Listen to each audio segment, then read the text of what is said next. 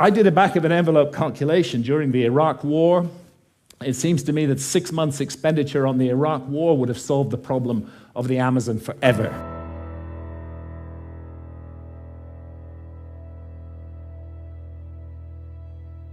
We can spend countless billions on warfare, on hatred, on fear, on suspicion, on division, but we can't get together the collective effort to save the lungs of our planet. If we truly were the apex of evolutionary achievement, there would not be the atrocities that we see around the world today. Atrocities that our society is directly involved with, unknowingly to the masses.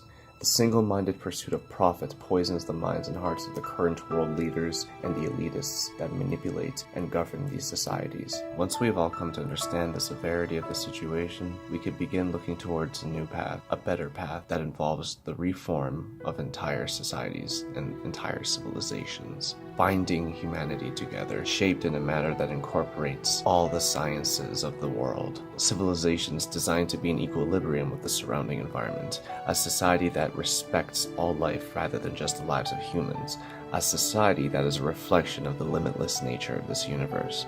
Welcome to the Venus Project. Jacque Fresco has been designing cities of the future.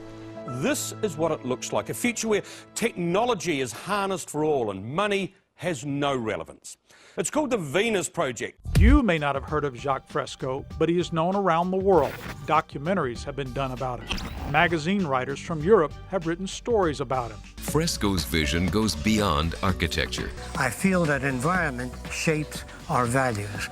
The people we know, the people we identify with. What will drive people in the future?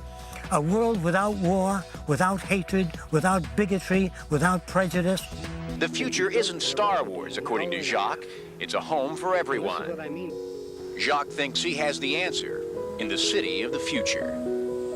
We'll show a world in which values are different. The aspirations of people. They have compassion, feeling for one another, concern over the environment.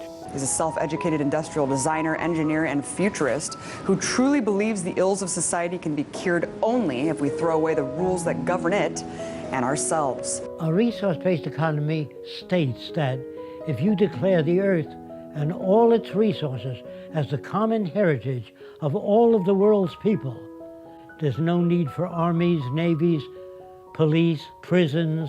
None of that's necessary if people have access to their needs. Jacque Fresco was one of the first to display the archetype of a neo-human who emerged from the Western world. His vision for a better future not only includes designs for future cities, but he also lays out a map for a completely different human experience. He suggests that a society consisted of people who are self-actualized can together pave way towards a civilization that transcends all current segregations and limitations. A society where machines are doing all the menial jobs, while humans are living life to the fullest, exploring the inner and outer world, exploring the cosmos, exploring the oceans.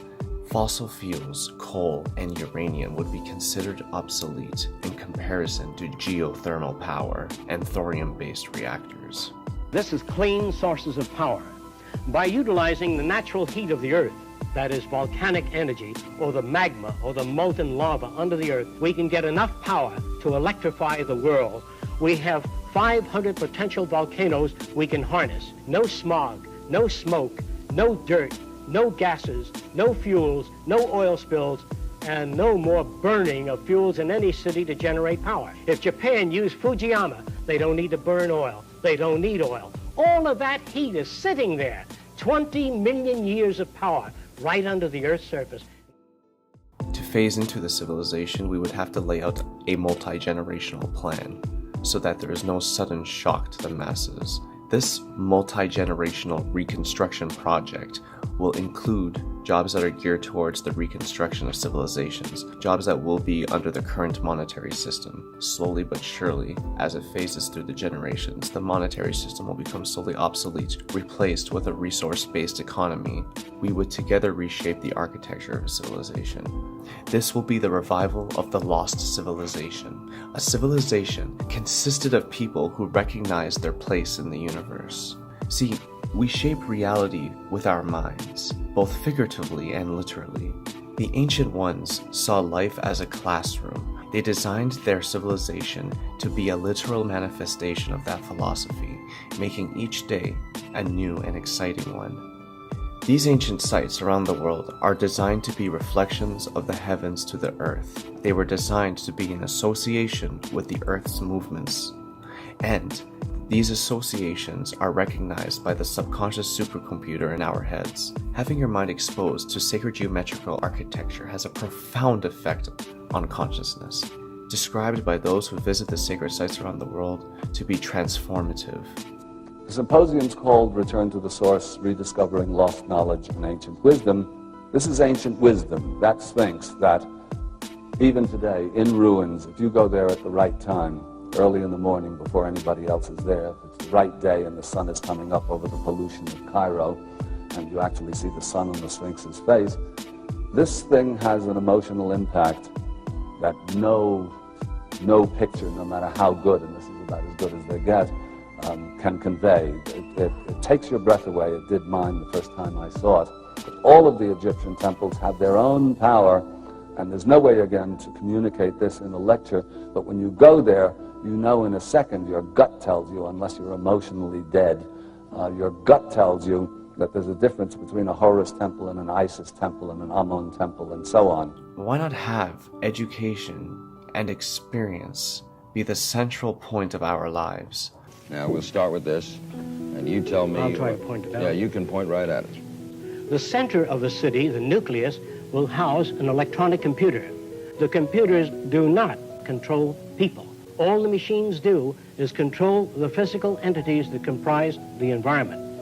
You can't be human or decent without the knowledge to overcome scarcity. To save our land, to save our environment, we've got to reorganize our way of thinking and reconsider our social aims toward the brotherhood of man. If you had a free society, you couldn't get people to go to war. If you had an intelligent type of upbringing in one's children, they would say there must be many other ways of solving problems other than killing people. Now here they take a group of scientists and engineers and they work on flying machines. You give them a flying machine, they use it to bomb cities. So how can a person be scientific if they have allegiance to their country rather than to the earth and everyone on it and the intelligent use of resources? This would be a scientist to me. Real economics, not for profit, for human betterment. Then you'll see the beginning of a civilized world. It must be a privilege to serve members of society. Not that we want rewards or medals or honor for what we do, because it is just an honor to do it. Within the society, people can follow their passions and become masters of their craft, rather than being forced to spend 8 hours a day wasting their brain matter at a job that a machine can and should be doing. It makes sense when you stop to think about how people in our current societies work so hard for what nature provides for free. Freedom is the point. Freedom is what we thrive for.